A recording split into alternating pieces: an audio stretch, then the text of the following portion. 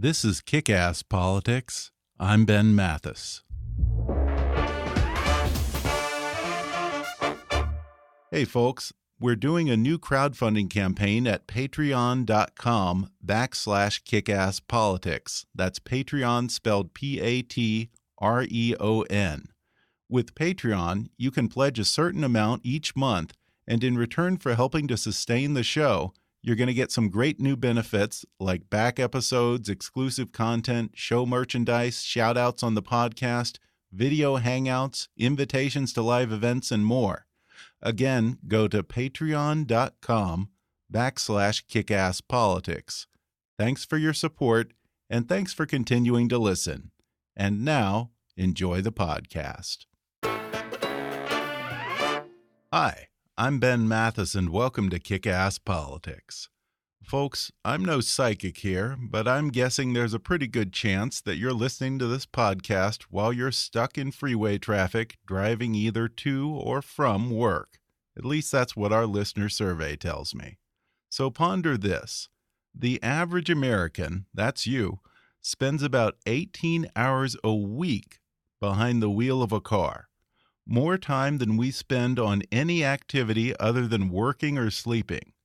4.3 years of your life that you're sitting in traffic, probably tired, stressed, and pissed off.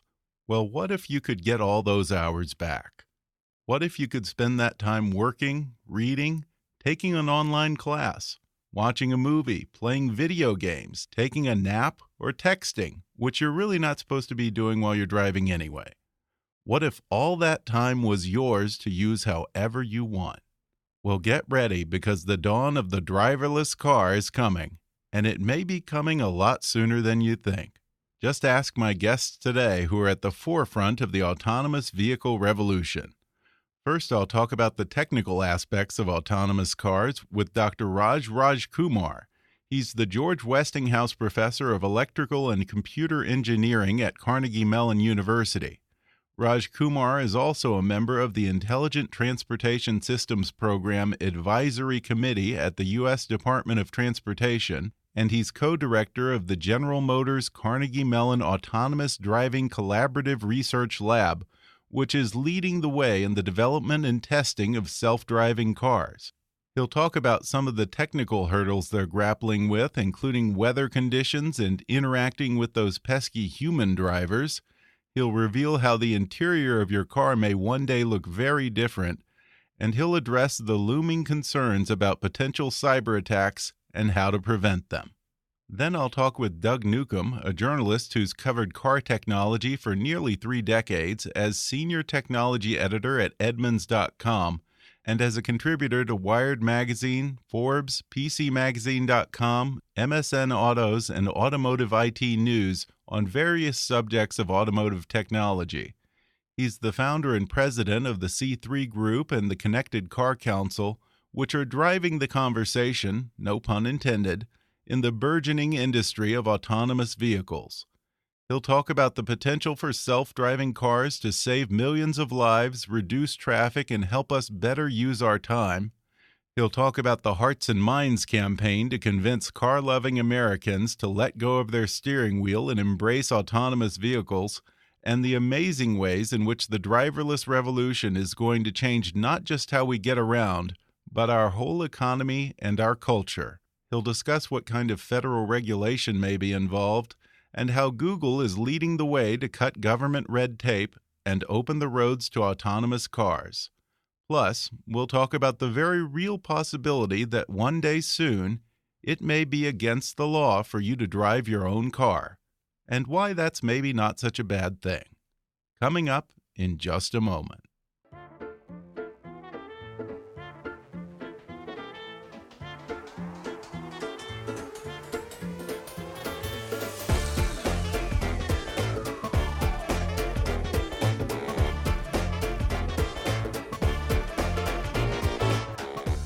From Hollywood to Washington, it's time for Kick-Ass Politics. And now here's your host, Ben Mathis. Today I'm joined by Raj Rajkumar. who is the George Westinghouse Professor in the Electrical and Computer Engineering Department at Carnegie Mellon University and co-director of the GM Carnegie Mellon Autonomous Driving Collaborative Research Lab.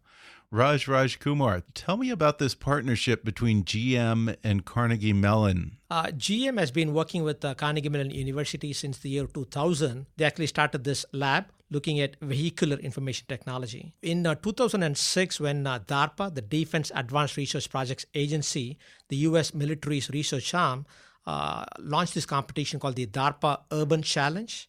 The idea was for vehicles without anybody in them to drive around for 60 miles in fewer than 6 hours in an urban-like setting, interacting with other autonomous vehicles as well as human-driven vehicles, obeying the same rules of the road that you and I have to obey. And the GM became, having had a relationship with us already, became our biggest partner and sponsor.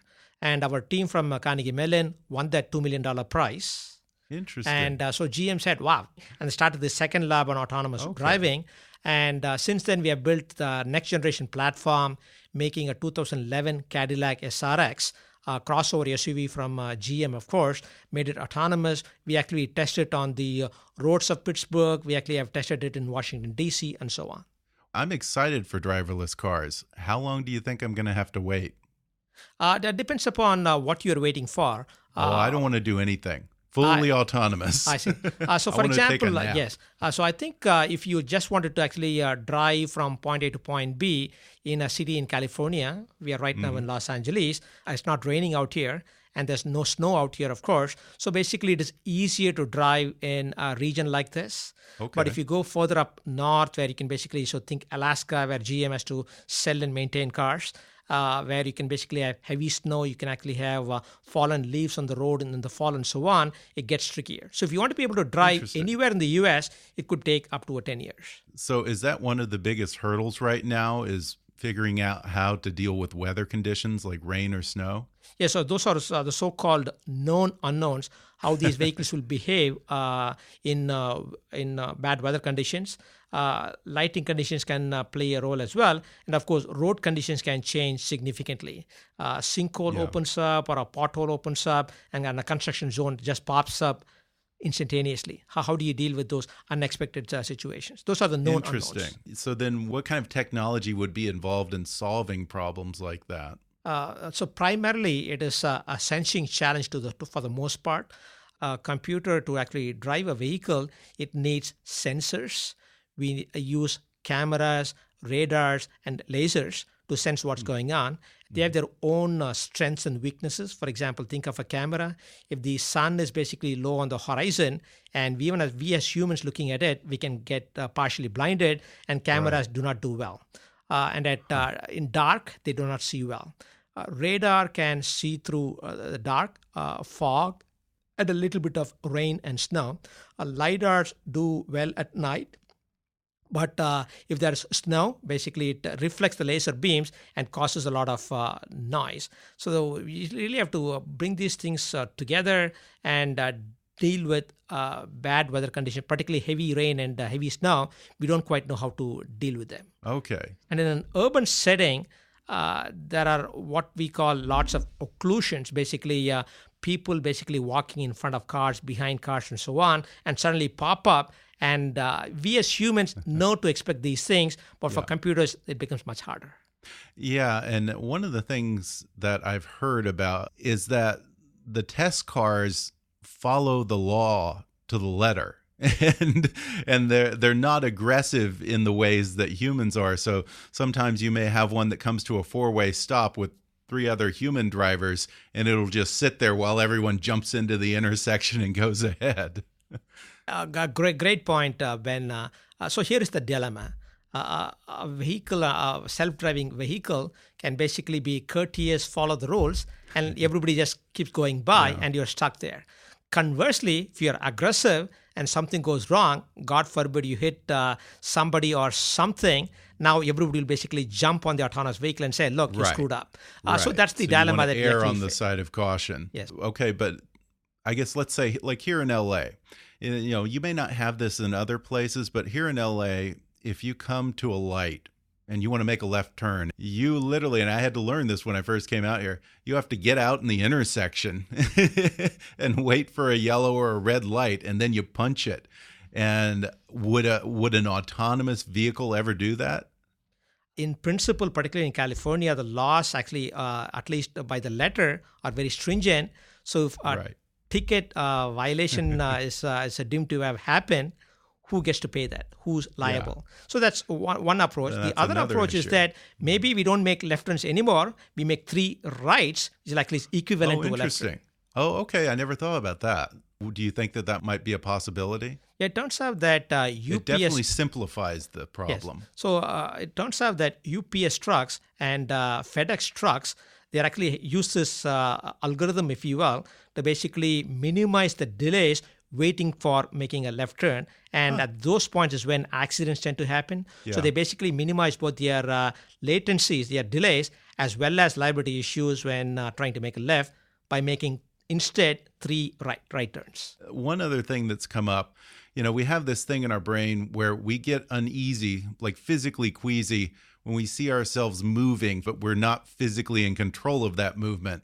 And I've heard some stories of people getting a little car sick with driverless cars. Has that problem been solved yet, or is that just something that people will gradually adjust to? Yeah, that's an interesting question. Nobody has asked me that question before.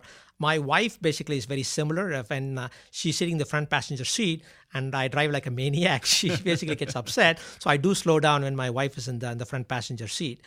So I guess just to me, the 2 things will happen. One is that there will be an interface in the car that's driving itself, where the vehicle actually will communicate to the user, to the people in the car, what it is trying to do, so the human is comfortable about what the vehicle is up to. Okay. And in the first generation, for people's comfort level, will there be some kind of an override or the option for them to drive? Is that something that's come up as something that, at least emotionally, people want to have that option? They're afraid to hand over complete control immediately. Yes. So in the near term, until this technology has been proven to be ultra reliable on the roads, a licensed human driver will be expected to be in the driver's seat, even if the vehicle is driving itself. And then as the technology, and then at that point in time, if the vehicle is doing something not quite common that makes the human uncomfortable, they would have the option of overriding the car. And as these disengagements, as we call them, become fewer and fewer over time, approach 0, that's when the human can be taken out of the equation. In the long term, what will these cars look like? Interior, will we have a steering wheel? Will we have brakes? Or I've heard people say that they'll be basically like mobile living rooms. A few decades from now, when this technology is pretty much is the way to actually transport people from one point to another, a few things can happen. So like you said, the car could be a living room, could be a playroom, could even be a bedroom, if you will, for people to basically extend their sleep during commute. That sounds like trouble. So those are, and then it turns out that if accidents are so few in number or kind of get eliminated in certain parts, you no longer need a steel cage around you. So maybe you could just replace that with a light aluminum cage of some kind. So this could bring about revolutions in many different ways. You know what the big concern that a lot of people have is? Cyber hacking, of someone hacking a car and doing God knows what with it. What kind of technology are you working on to prevent that? This is a major and legitimate concern. Particularly these autonomous self-driving vehicles will be connected. They can actually talk to the cloud, and actually they can talk to other vehicles on the road. They can actually talk to the traffic signals and so on. Basically means that they also become pathways for attacks from the outside. Mm-hmm. Both car makers and technology developers like myself, we are actually losing a lot of sleep over, hey, how can we prevent these attacks from the outside? We do not have the silver bullet yet, but we are very cognizant, conscious of these problems. And when these technologies are deployed out there, we need to make sure that these attacks do not harm people and property. Do you think that it'll come down to just somehow hardening that technology so that they can't hack it?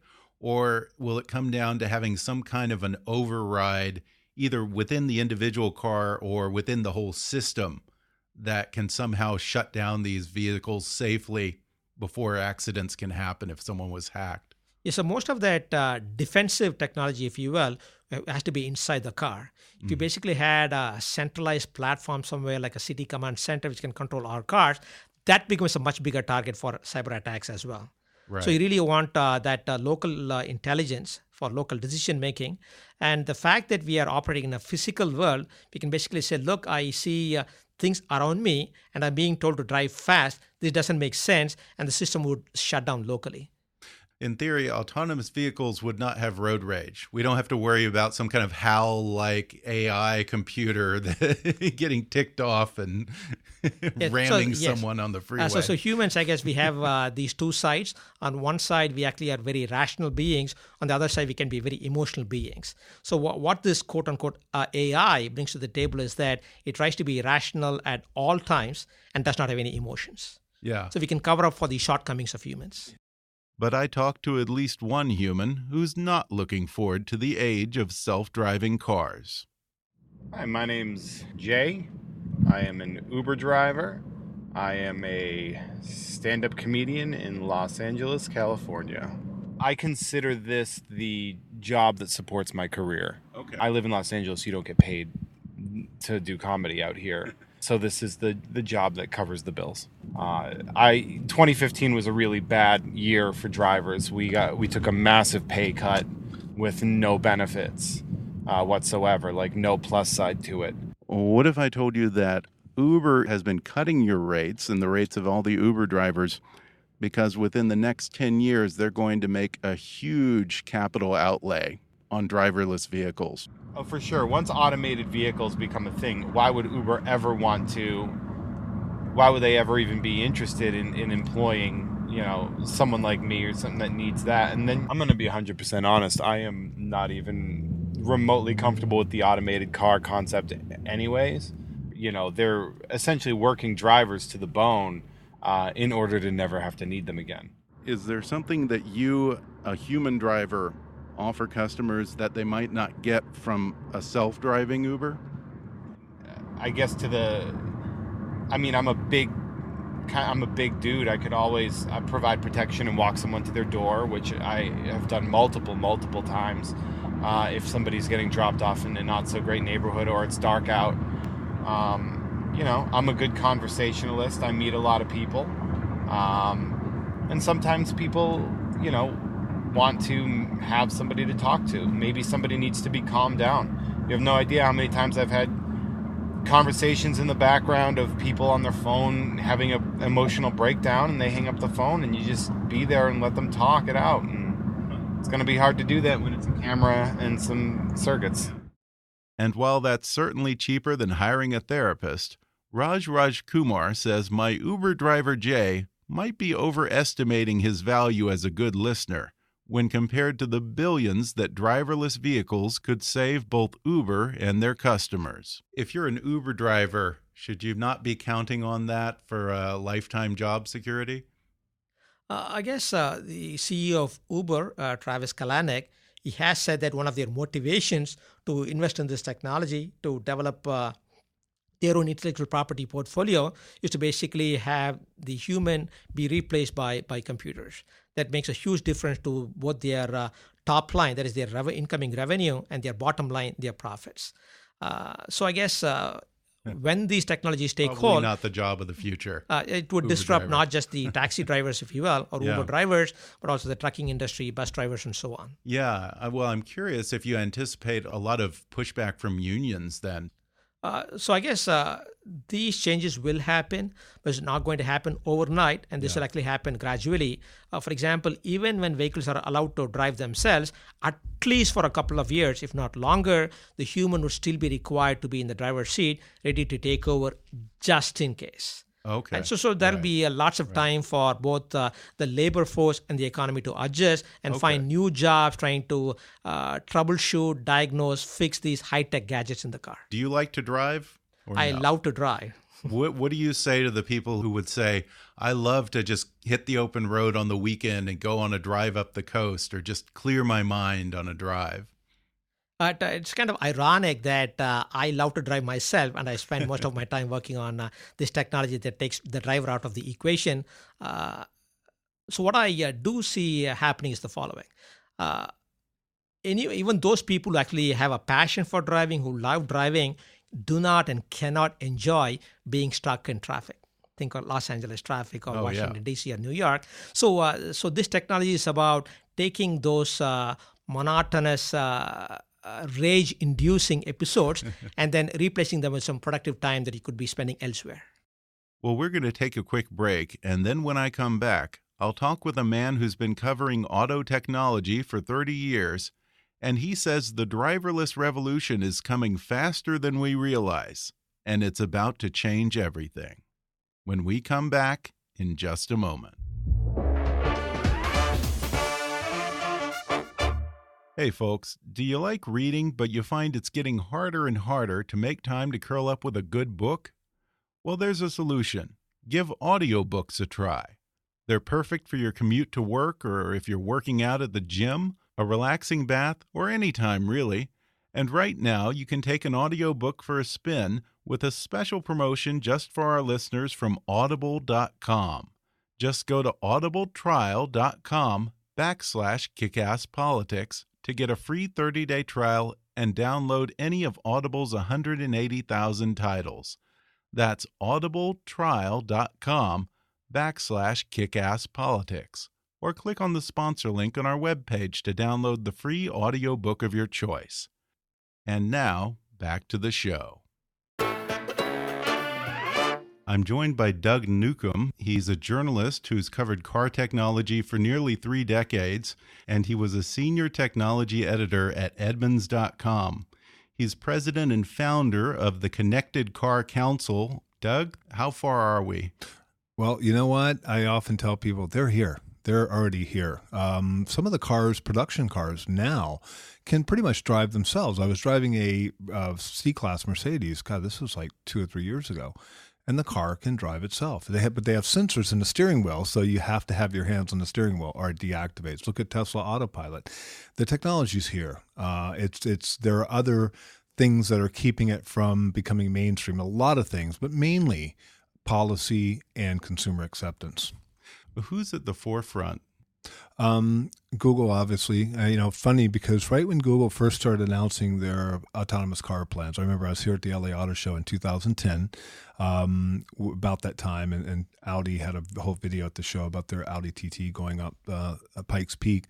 But it was interesting. It's almost reflexively automakers say, well, we've been working on that for years. We've been working on autonomous cars for decades. But boy, I tell you, once Google got involved, they seem to really get it in gear, no pun intended. But at this point, they want to protect their territory. Yeah.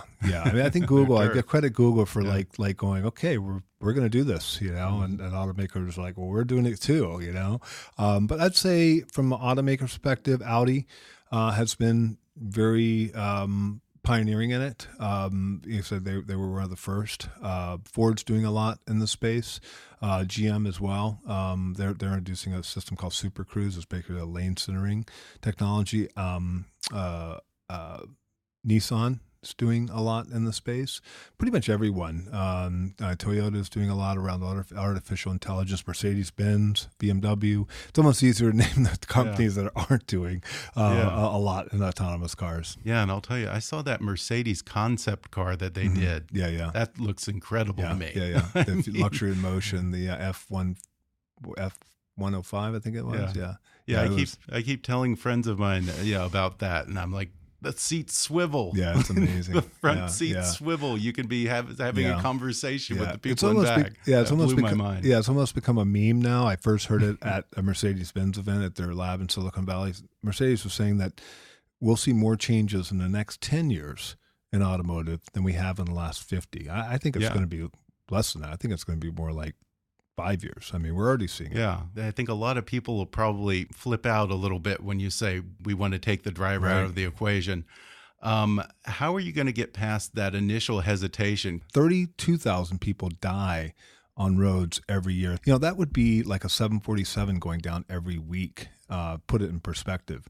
There was an interesting article in Time Magazine recently. I've been hearing more about this, saying that when we get to the point where we're saving so many lives by cars driving themselves, will we reach a point where it says, no, people can't drive anymore. It's illegal. How dare you? Like, think about how dare you smoke, where, 20 years ago, whatever, we didn't think, really anything. I remember being clubs here in LA where people were smoking. It was part of it. But now it's like, wait, that's the point that we could get to. This idea that people-driven cars, regular cars as we know them, would be outlawed. Is that something that we seriously would be looking at, say, 10 years down the road? I think it's further down the road. I mean, it could happen. I mean, people are speculating that now just for the reasons I just mentioned. No one really knows. But, some people have made the analogy that driving a car will be like riding a horse in the future. You want to drive your car, go out to a track or go out to some place that, there's not people around or what have you. Right. I mean, I can't predict the future. I wish I could. But I think I could see that being where there's already certain parts of Europe, cities in Europe, where they don't allow people to drive. I could see that, there's not driving in city centers and things like that. There's other forms of transportation. And part of that will be autonomous. Well, it does make sense to me. I mean, if you have all the cars on a freeway communicating with each other, going at the same rate, and everyone's getting where they need to be safely and on time, throwing some little old lady, driving down or some guy in her old Buick, or exactly. Or just some nut who's cutting in and out of lanes because he thinks that he's getting there faster. It totally makes sense that would be a problem. Right. That just gums up the works. Right. I mean, I'm looking, we're looking out here at traffic here, and LA's notorious, obviously, and like anything, right? It's a trade-off. I assume then that once autonomous vehicles take hold, that there are going to eventually be fewer vehicles on the roads because you're able to utilize one car to a maximal extent. Right. Yeah, and I think that we're seeing some big shifts in car ownership, or we will, and we're already starting to see that. I have a couple of nieces that live in San Francisco, and one owns a car, one doesn't. She has no interest. She's in her mid-20s. She has no interest in having a car just because it's a pain, and she uses Lyft and Uber and public transportation. We're seeing a lot of that. One interesting statistic is that public transportation usage is way up. Last year in 2015, it was way up across the country. I remember reading in Phoenix. I didn't even know Phoenix had a public transportation. It's like so there's a shift too where people are saying, you know what? You think about it, it's really a poor investment. You buy this thing that sits most of the day. Right. It's the second largest purchase most people ever make. You don't use it that much, but yet you have to pay to store it, you have to pay to maintain it, you have to pay to insure it. So there's a lot of compelling reasons, and besides the fact we mentioned the deaths in this country from traffic accidents, for autonomous cars and this shift away from personal car ownership. So a family of 4 with 2 teenagers won't necessarily have to own 4 cars anymore, because they can just send the car to pick the kids up and then come get you, and the car can be just running around like a personal assistant. Right. But I also think about, to answer your question about driving, now I live in a pretty good rural area. I live up in Oregon, about an hour outside of Portland. And there's a lot of farms and orchards, there's still going to be a lot of need for trucks, the best-selling best-selling vehicle for the last 30 years has been the Ford F-150 pickup, they'll probably have self-driving pickups, but, I think about that. America's a big country. U.S. is a big country. Which states are the hotbeds of activity for driverless cars right now? Well, California, I think, is one of them. In terms of testing, I mean. Yeah, and California definitely, because Google has done most of their testing here. But, the other state that's really, not surprisingly, maybe it's surprising to people, is Michigan. It's really making a big push because of the auto industry. University of Michigan has a facility there called M-City that's used for autonomous testing. Nevada, because they've been very proactive, and they were the first to issue autonomous license. So I would say those pretty much. And have most of the local and state governments been fairly helpful and open to driverless cars? Yeah, what we're seeing that's very interesting. In fact, I write for Forbes. I did 2 blog posts last week. One was on very interesting, and talking to some of people in D.C., you could tell it was a pretty big deal. Last week, Ford, Volvo, Google, Uber and Lyft formed a coalition to basically the idea is to push the federal government to adopt at a federal level autonomous vehicle regulation. Because what they're seeing, and Google has talked about this and others, there's this patchwork of regulation by state. And, so California has one regulation, Nevada has another, on and on and on. Mm-hmm. So they want to have the federal government set policy so that there's a blanket, policy and regulation. Well, that would make sense because, it's like the national highway system. You don't want to get an autonomous vehicle and only be able to drive it in California. Right, exactly. And I think like any industry, they want to have some uniformity.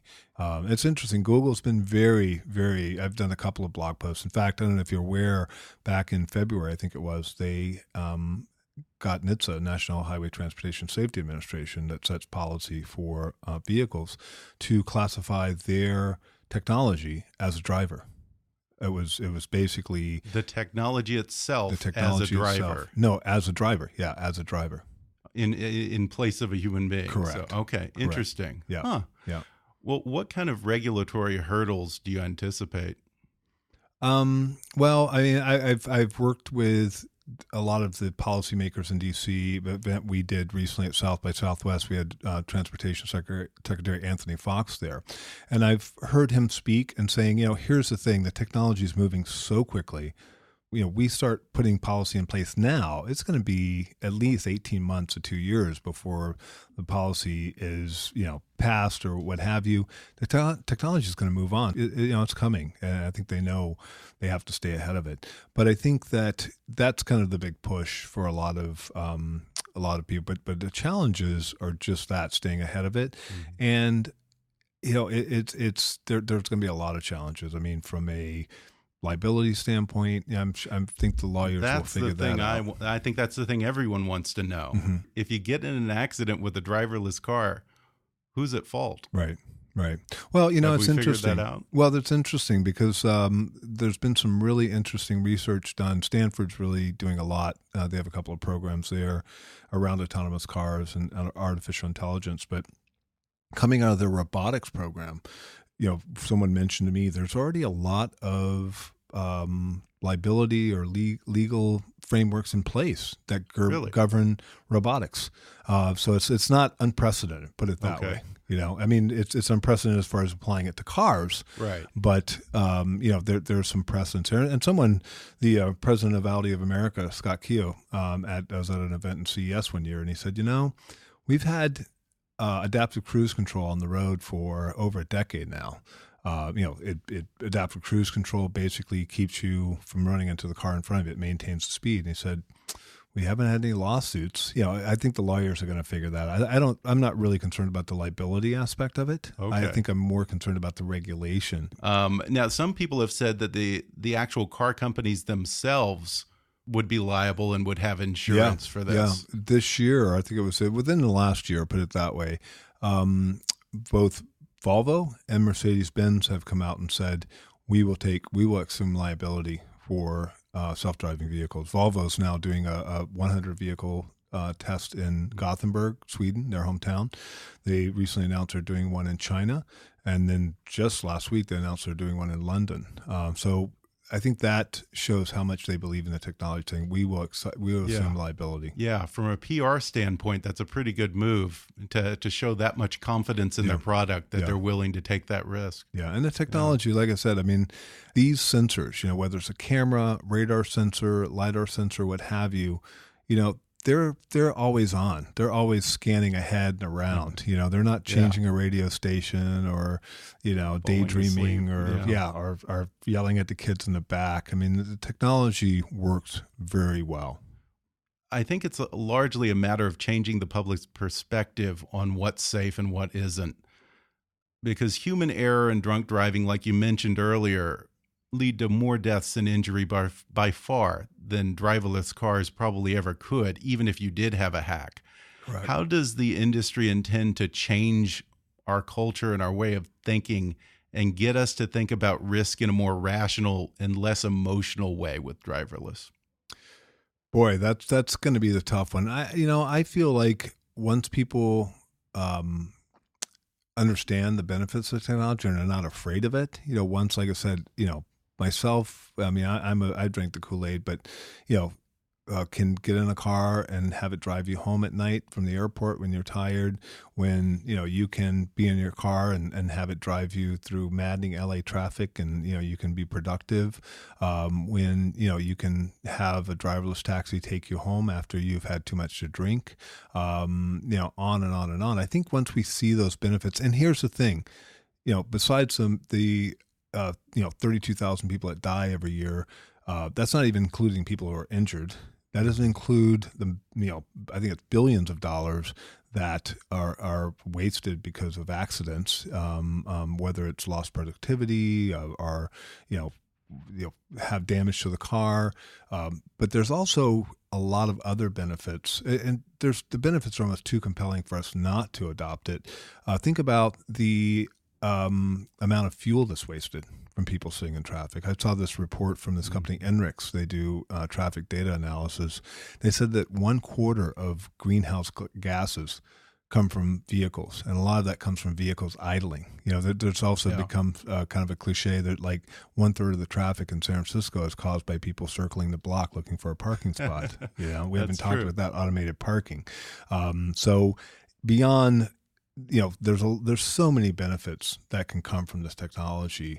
It's just, I think it's too compelling not to adopt it. Well, I think I'm sold. I'm telling you, swiveling seats. Yes, that's all you had to say to me. It's going to be here before we know it. I really believe that. Well, Doug Newcomb, thanks so much for sitting down to talk to me about driverless cars. Thank you. Really enjoyed it.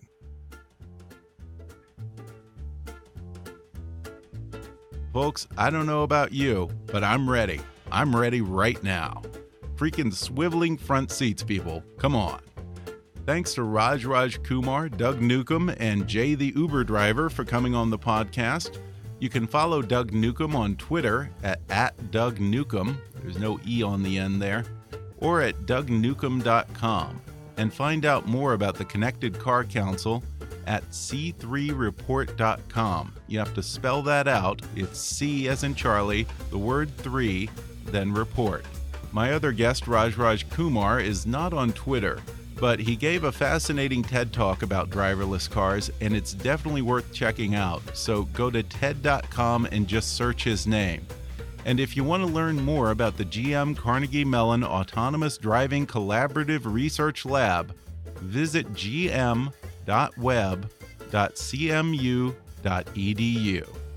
Please subscribe to Kick-Ass Politics on iTunes and leave us a review while you're there.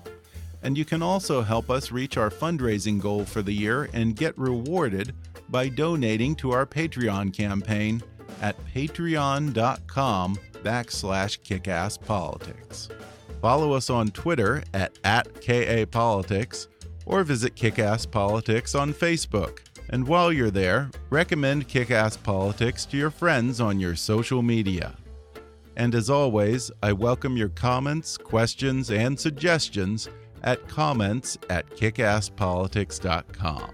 But for now, I'm Ben Mathis, and thanks for listening to Kick-Ass Politics.